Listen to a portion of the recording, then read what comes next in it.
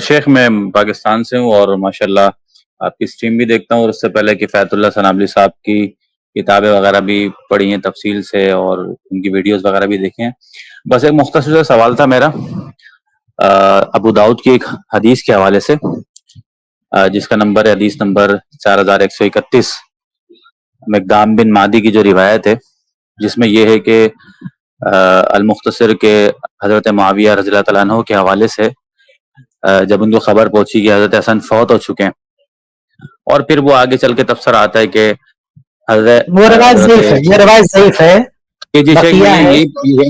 یہی پوچھنا چاہ رہا تھا آپ سے، آپ کی تحقیق تو میں نے پڑھی ہے بقیہ بن ولید سے متعلق، صرف میرا جی سوال یہ تھا کہ جو اس قسم کی روایات ہوتی ہیں، جیسے اس روایت پہ بھی حکم ہے شیخ البانی کا اور زبیلی زئی کا، انہوں نے اس کو صحیح کہا ہے، تو ایک عام انسان کے لیے، عوام الناس کے لیے، ہم جیسے لوگ جو علماء کو پڑھتے ہیں اور مطالعہ انہی سے سیکھتے ہیں سارا، جب ہمارے سامنے اس قسم کی روایات آتی ہیں جس میں بڑے نام بھی ہیں، جیسے شیخ البانی بھی ایک چھوٹا نام نہیں ہے، پاکستان کے شیخ زبیلی زئی جو ہیں، تو اس قسم کے جب حوالے آتے ہیں تو ایک عام انسان کا کیا مطلب انیشیٹو ہونا چاہیے، وہ کیا سمجھے اس بات سے کہ شعیب ارناؤت نے اگر ضعیف کہا ہے تو دو علماء نے اس کو صحیح بھی کہا ہے اور اس سے وہ استدلال لیتے ہیں، تو اس بارے میں شیخ آپ کیا کہتے ہیں؟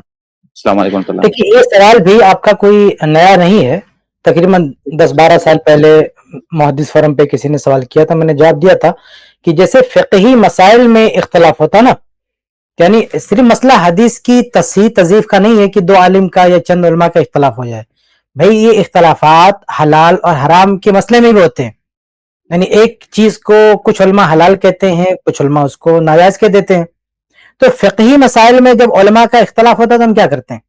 فقہی بہت سارے مسائل ہیں نا جس میں علماء کا اختلاف ہوتا ہے، تو ان اختلافات میں ہم کیا کرتے ہیں؟ ظاہر سی بات ہے کہ ہم دلائل میں اترنے کی کوشش کرتے ہیں، جہاں تک ہو سکتا ہے کہ ہم دلائل کا وزن دیکھتے ہیں، ہم اور ڈیپ میں جا کے کچھ سمجھنے کی کوشش کرتے ہیں، اگر ہمیں یہ پتہ کرنا ہے کہ کن کی بات میں دلائل کا وزن ہے، تو ایسے جو محدثین تضعیف کر رہے ہیں، جو تصحیح کر رہے ہیں، آپ دونوں کے دلائل میں اتریں۔ آپ اگر شیخ البانی کی بات آپ دیکھیں گے تو ان کی کتاب سلسلتین یا اربا وغیرہ میں اس کی ڈیٹیل آپ کو ملے گی، سنن ابی داؤد کی تحقیق پہ تو صرف وہ ایک حکم لگا رہے گا، یہ اللہ کی صحیح ابی داؤد جو مفصل ان کی کتاب ہے اس میں اگر ہو، یا سلسلتین میں ملے گا، تو ان کی تحقیق میں جا کے دیکھیں کہ ان کا بیس کیا ہے، کیا انہوں نے یہ جو شبہ ہے بقیہ کی تدلیس کا، کیا اس کا کوئی ازالہ انہوں نے پیش کیا ہے، اس کے بارے میں کوئی معتبر بات انہوں نے کہی ہے، اگر کہی ہے تو کیا ہے، تو اور دوسرے علماء جو کہتے ہیں کہ ان کے تدلیس تسویہ کو بنیاد بناتے ہیں، آخر ان کا بیس کیا ہے، دونوں کا آپ تقابل کریں، اور دونوں جو محدثین کے اقوال نقل کر رہے ہیں دونوں کو آپ میچ کر کے دیکھیں کہ کن کی بات میں وزن زیادہ ہے، اس اعتبار سے آپ فیصلہ کر سکتے ہیں۔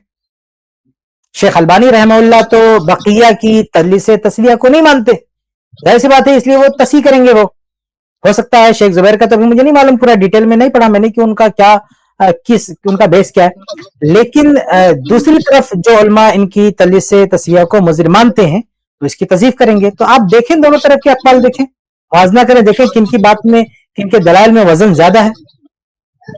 جی شیخ آپ کی بات بالکل درست ہے، لیکن یہ معاملہ تو ان لوگوں کا ہے جو مطالعہ کرنے کی کوشش کریں۔ ابھی ہم جس پس منظر میں بات کر رہے ہیں وہ خاص طور پر مرزا صاحب کے اسٹوڈنٹس کے پس منظر میں بات کر رہے ہیں، جو کہ پاکستان میں بھی بہت سارے لوگوں سے ہماری بات ہوتی ہے، تو عوام الناس کا یہی تاثر ہے کہ بھئی شیخ البانی بہت بڑے عالم ہیں، ان کے سامنے یہ روایت کی تخریج اس طرح نہیں گزری، شیخ زبیر ہیں تو ان کے سامنے بھی، اور مرزا بھی انہی لوگوں کو پک اینڈ چوز کرتا ہے اپنی روایات میں کہ جو اس کے جن کی تخریج اس کے اپنے موقف کے مطابق ہوتی ہے، تو عوام الناس تو اس طرح نہیں کر سکتی کہ وہ کمپیریٹیولی اسٹڈی کرے، دونوں کے دلائل کو دیکھے، کیونکہ اتنا زیادہ مطالعہ تو لوگوں کا ہوتا نہیں ہے، اور بدگمانی کی وجہ بھی یہی ہے کہ لوگ صرف حکم کو دیکھ لیتے ہیں کہ بھئی ٹھیک ہے آپ کا بھروسہ اگر شیخ ارناؤت پہ تو ہمارا شیخ البانی پہ بھروسہ، یا ہمارا جو ہے شیخ زبیر پہ بھروسہ ہے، بجائے کہ وہ ان کی تحقیق میں پڑھیں۔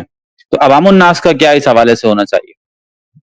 بھائی علی مرزا بار بار ایک ڈائلاگ بولتا ہے کیا کہ متفقن علیہ حدیث ہے، بخاری مسلم کی حدیث ہے، حدیث کی صحت و ضعف میں کوئی اختلاف نہیں ہے، تو دعویٰ تو ان کا یہ رہتا ہے نا، دعویٰ ان کا یہ تھوڑی رہتا ہے کہ ہم ہر جگہ کی حدیث، اصل ان کا دعویٰ ہے کہ ہماری ساری باتیں قرآن بخاری مسلم کی حدیث ہے، اس کو مانیے، اس کو مانیے، تو کیا حدیث صحیح بخاری صحیح مسلم میں؟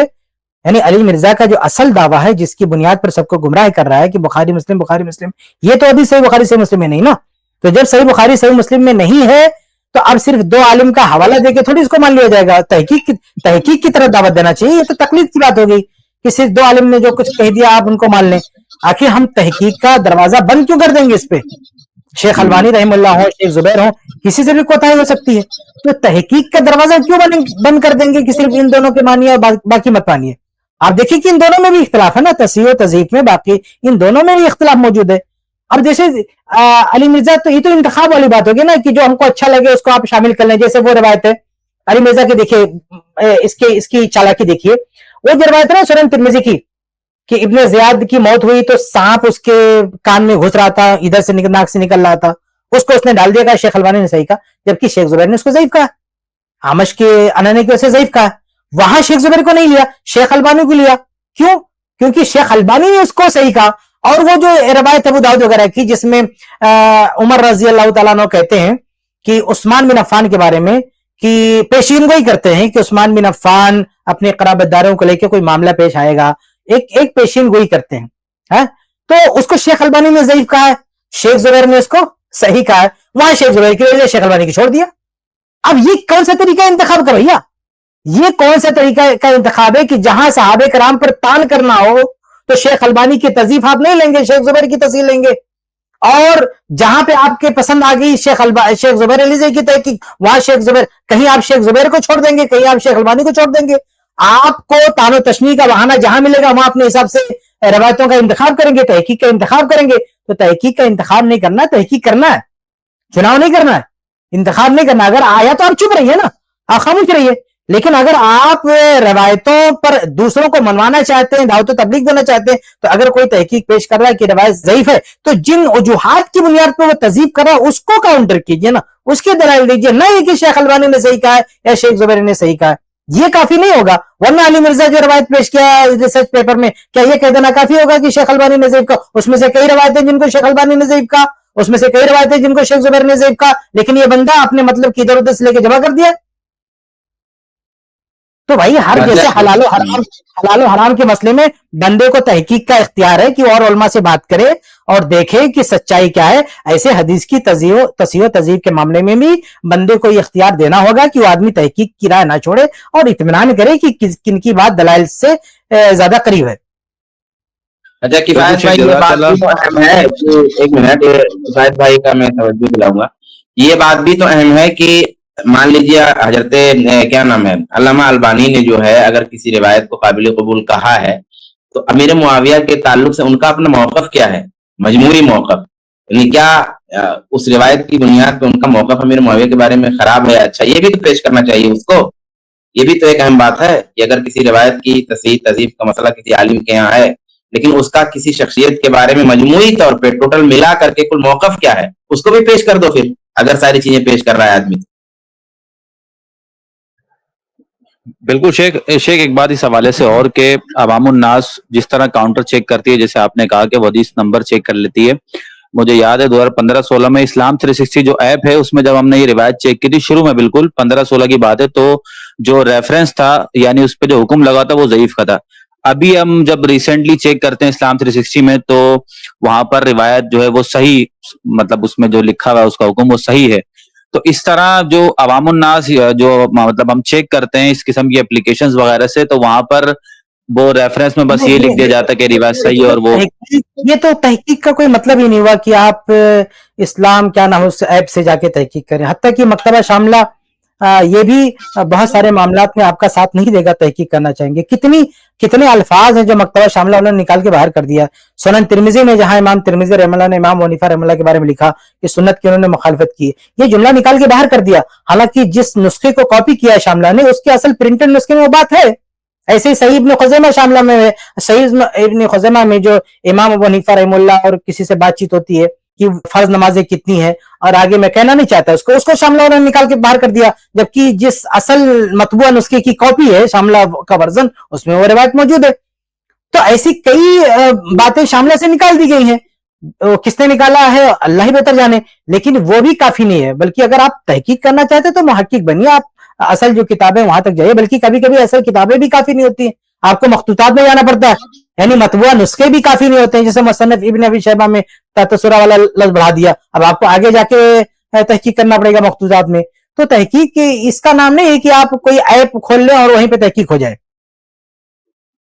بالکل یہ جو مطلب چل رہے ہیں نا کہ عوام الناس کیا کرے, یہاں پر میں ایک لائن جہاں پر یہ فیصلہ ہے کہیں صحیح کہہ دیا کہیں کوئی مسئلہ ہو گیا, عوام الناس کیا کرے. عوام الناس کے لیے واحد علاج یہ ہے کہ علماء سے علم حاصل کرے. جب بھی شاملہ میں دیکھ کر کے, کسی ایپ میں دیکھ کر کے, فیس بک پہ, سوشل میڈیا پہ دیکھ کر کے کہ بھئی یہاں حدیث کو صحیح کہا ہے, فلاں نے صحیح کہا ہے, اب اس کے بیس پر فیصلہ کرنے لگ جائیں گے تب تو ہمیشہ کنفیوژن رہے گا. ان تمام باتوں کا علاج واحد یہ ہے کہ علم علماء سے حاصل کیا جائے اور علماء سے رجوع کیا جائے. کتاب چاہے جتنی لکھتی جائے گی, انٹرنیٹ چاہے جتنا مہیا ہوگا, لیکن جب بھی علماء سے رجوع نہیں ہوگا تو ہر طرح کا کنفیوژن پیدا ہوگا. اس مسئلے کا حل یہ ہے کہ علم علماء سے لیا جائے. صرف کتابوں سے اگر آپ علم لیں گے نا, یا سوشل میڈیا سے یا دیگر ذرائع سے, تو پھر گمراہی کا ایک دروازہ کھلا رہ سکتا ہے. تو یہ ہے اس کا حل. اچھا, ایک اہم بات یہ ہے کہ عوام الناس کو ضرورت کیا ہے ان سب مسائل میں پڑھنے کی. یہ بھی بہت اہم بات ہے کہ عوام الناس کا یہ میدان ہے. ان کو پہلے روزہ نماز عقیدہ سیکھنا چاہیے, روزہ نماز سیکھنا چاہیے. اللہ کے نبی صلی اللہ علیہ وسلم نے معاذ بن جبل رضی اللہ تعالیٰ عنہ کو, صحیح بخاری کی روایت ہے, جب ان کو امیر بنا کے, عامل بنا کے بھیجا یمن کی طرف, تو کیا کہا سب سے پہلے ان کو توحید سکھانا, توحید سیکھے پھر نماز سکھانا, نماز سیکھے پھر زکات سکھانا. تو جو ترتیب بتائی ان کو سیکھنے کی وہ توحید ہے, نماز ہے, زکات ہے, جو اصل جو ایک مسلمان کی جو پریکٹس ہوتی ہے, اصل جو ان کا عمل ہوتا ہے. اب یہ آج عوام الناس کا یہ کام ہو گیا ہے کہ ان کو روزہ نماز نہیں آتا, جبکہ شیخ سرفار نے بھی پچھلے کسی اسٹریم میں کسی بندے سے پوچھا تو اس کو ایمان کا پتہ نہیں, ارکان ایمان کا پتہ نہیں, اور وہ صحابہ کرام کے اختلاف پہ بات کر رہا ہے. تو اس طرح کی جو روایات ہیں جو کسی اور موضوع میں بات کر رہے ہیں, ان کے بارے میں ان کے بیچ میں عوام الناس کو آنے کی ضرورت ہی کیا ہے؟ اگر کوئی علی مرزا کے ہتھ پہ چڑھ گیا ہے اس کو سمجھانے کی ضرورت ہے, لیکن ایک عام آدمی جس کا ذہن ابھی سادہ ہے اس کو کیا ضرورت ہے یہاں وہاں جانے کی؟ آپ کتب حدیث دیکھیں گے تو ان روایات کو محدثین نے اس لیے نہیں پیش کیا ہے کہ آپ صحابہ کرام کے اختلاف پر ڈسکس کریں, بلکہ ان روایات کا کوئی ایک ٹکڑا ہوتا ہے جو کسی مسئلے کو بیان کرتا ہے. جیسے حدیث عمار ہے, یہ 28/12 یہ تعویذ کی طرح چلا رہے سب لوگ, جبکہ امام بخاری رحمہ اللہ نے یہ بتانے کے لیے حدیث کو پیش کیا ہے کہ مسجد کی تعمیر میں حصہ لینا چاہیے, مسجد کی تعمیر کرنا چاہیے, اللہ کے گھر بنانا چاہیے. یہ لوگ اللہ کا گھر بنانے کے بجائے وہ کسی اور مسئلے کے لیے اس روایت کو پیش کر رہے ہیں. تو یہ عوام الناس کو اس طرف نہیں جانا چاہیے, اسے معاملے ترک کرنا چاہیے. پہلے عقیدہ ٹھیک کریں اور نماز ٹھیک کریں, اپنے اندر تقویٰ لائیں, تو خود بخود ان کو احساس ہو جائے گا کہ کون سی چیزیں ہماری ضرورت کی نہیں ہے. ٹھیک ہے شیخ, جزاک اللہ, بہت شکریہ.